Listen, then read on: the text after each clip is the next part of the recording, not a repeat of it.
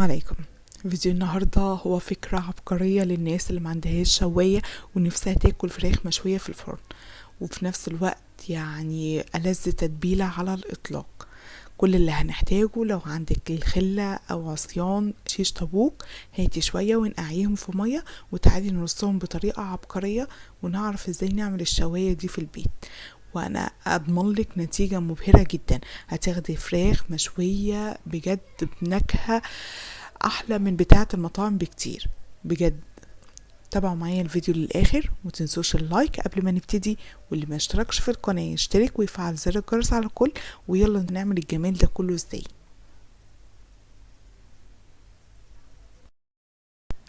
كل اللي هنحتاجه نص كوباية من مية البصل. هاتي بصلة كبيرة ابشريها او افرميها فرم ناعم، صفيها كويس وخدي المية اللي هتنزل منها حوالي نص كوباية.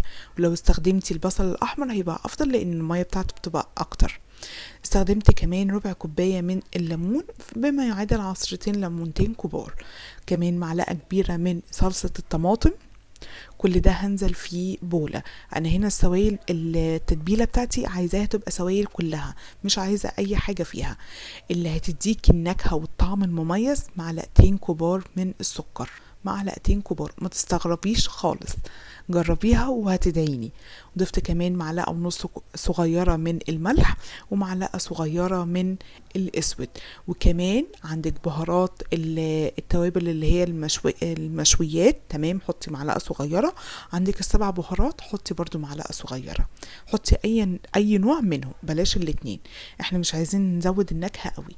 قلبيها كويس جدا مع بعض. نيجي بقى للفراخ. عندك فرخة كاملة مفيش مشكلة، صدور وراك مفيش اي مشكلة اللي عندكم. انا عملت هنا افخات والدبابيس عشان اوريكم التسوية، وخصوصا تنفع لو الفرخة عندكم كاملة. يعني لما بنعمل فراخ مشوية على الفحم بيبقى لازم الفرخة تبقى صغيرة، لكن لو الفرخة كبيرة تعالوا جربوا الطريقة دي وتاخدوا نتيجة جميلة جدا.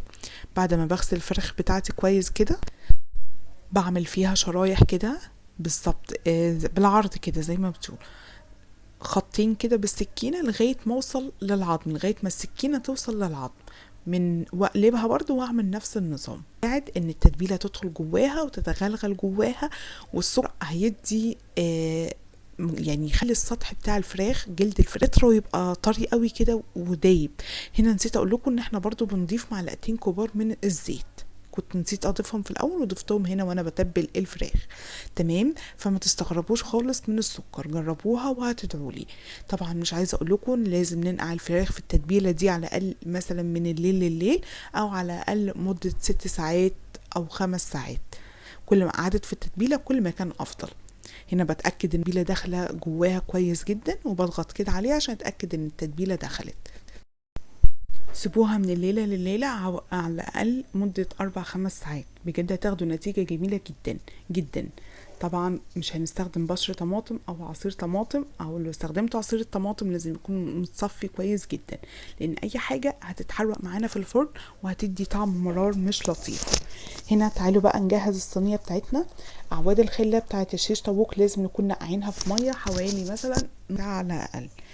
صينية على قد الاعواد بتاعت الشيش طاووق بتاعتي، وغلفتها كويس بالفويل علشان ما تتعبنيش في نظافتها. هنيجي بقى نرص بقى عيدان الشيش طاووق ازاي، مستطيل بالعود، يعني شايفين، بحط واحد وبحط الجنب التاني اهو واحد، وبرجع احط الطرف التاني. ليه انا بعمل كده؟ عشان تبقى كل عود فوقيه عود تاني فيبقوا شابكين في بعض كأنها شبكة.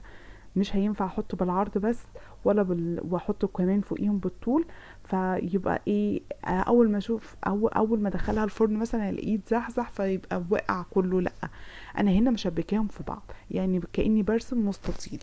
فدي طريقه مريحه جدا انا دايما بعمل بيها علشان خاطر بس تبقى مسهله عليا ان انا اعرف اسحبها من الفرن او ادخلها الفرن.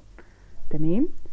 باجي هنا بعد ما خلصتها شكلها جميل، لا تقولي صواني ايكيا ولا تقولي اي صواني تاني جاهزة، بجد فكرة عبقرية فعلا جدا، وده اللي بيميز ست البيت الشاطرة عن غيرها.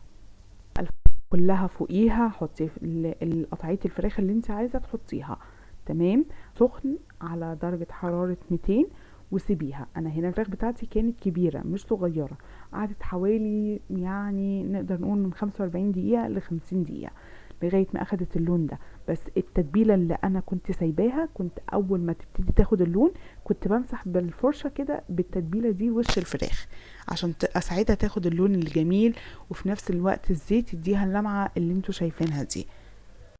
دي بعد حوالي 50 دقيقة ده كان المنظر اللي انتوا شايفينه.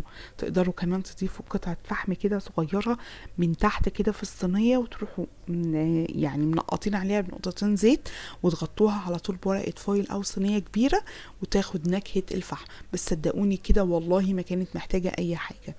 ده كان فيديو وصفة النهاردة، اتمنى يكون نال اعجابكم، واتمنى تشتركوا في قناتي وتساعدوا قناتي تكبر، وتسيبولي رأيكم في الوصفة، ده ضروري جدا. وتسيبولي رأيكم كمان في القناة، وتشاركوني حابين نعمل ايه وصفات غريبة الفترة الجاية.